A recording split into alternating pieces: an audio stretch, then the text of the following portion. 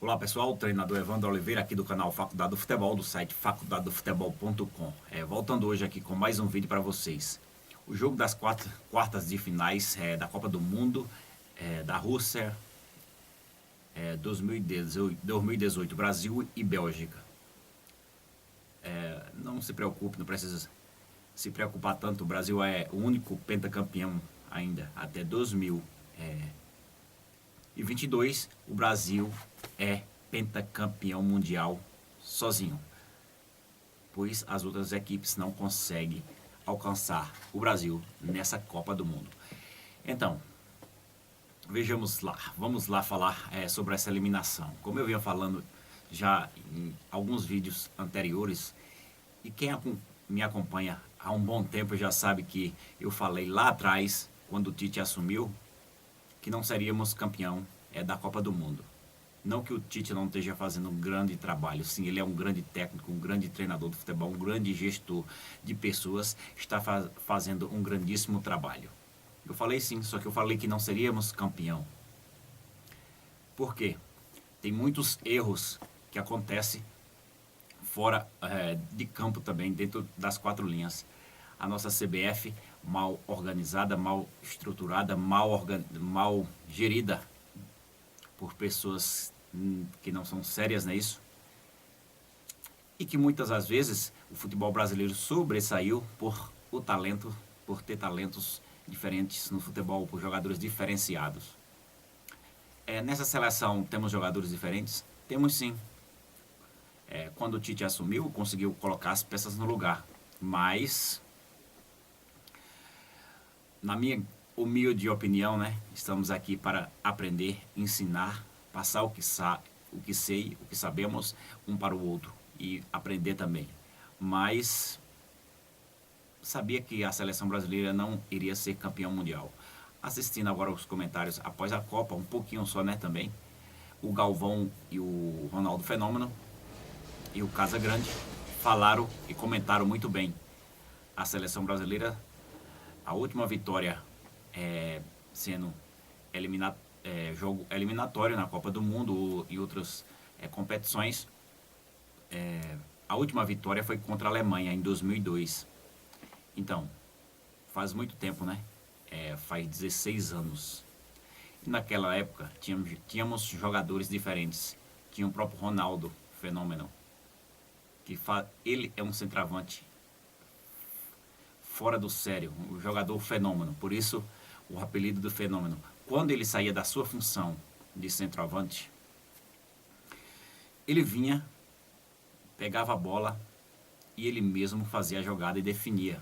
Ou ele sozinho, ou ele fazia com outros jogadores. Ele tinha a noção de fazer a tabela certa com os jogadores e terminar concluindo em gol e fazendo gol.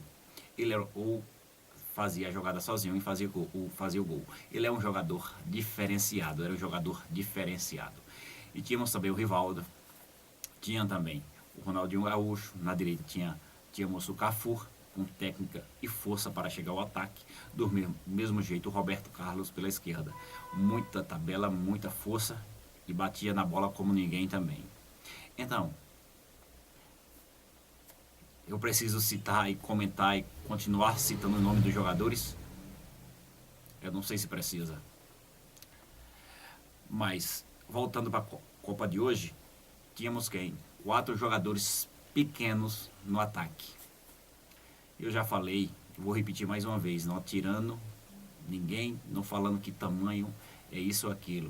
Eu só sei que se você jogar com 4 jogadores pequenos, ou mais em uma seleção, em um time, seja lá o que for, não vai ser campeão, não vai conseguir seus objetivos.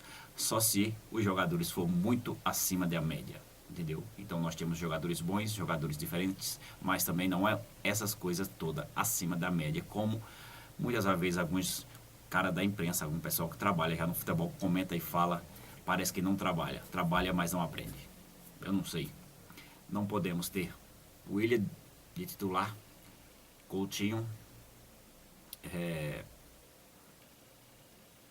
Neymar, os 3, e o Gabriel Jesus, não é isso? São os 4 jogadores pequenos em um ataque de uma seleção brasileira. Me desculpe, mas só cabia 2. Eu sei que são jogadores diferentes nos seus clubes, onde eles jogam, são importantes, são campeões, beleza, tá certo? Mas lá eles têm jogadores de alto nível de outras seleções também que jogam com eles e que são fortes também. São jogadores fortes, jogadores diferentes, que faz a diferença, que faz o conjunto para que a engrenagem toda funcione. E 4 jogadores pequenos numa seleção não vai dar certo. Nunca vai dar certo. Tinha que ter jogadores mais fortes. No mínimo 2 pequenos, 2 baixos e 2 fortes ali. E não é somente forte, o alto que eu tô falando, pelo tamanho, tem que saber jogar também. Então escolhe o cara, coloca o cara ali, entrosa o cara. Fica 2 pequenos joga, 2 pequenos fica no banco. Essa é a realidade, não dá para jogar os 4. Esse é o meu ponto de vista. Não sei se é o seu, mas é a minha opinião. Estou aqui para falar o que eu entendo e o que eu vejo. Outro jogador pequeno, na lateral direita também, o Fagner, marca muito mal, na minha opinião. Ele sabe fechar espaços táticos, mas no combate, 1 contra 1, e na marcação ali ele se perde, ele não consegue marcar direito, entendeu? Então essa é a minha humilde opinião. Tem algumas peças também que são boas em seus clubes, mas no conjunto da seleção brasileira não dá muito certo.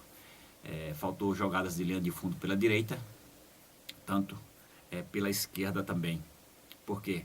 Não é somente ter habilidade técnica, igual o Marcelo, mas não ter nenhuma jogada de linha de fundo. Não é toda hora que você tem que entrar pelo meio. Do mesmo jeito o Fagner na direita.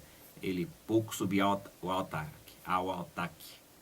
E o Danilo também, quando jogou, descia mais um pouco. Mas também não foi tanto assim, jogou pouco, só jogou um jogo.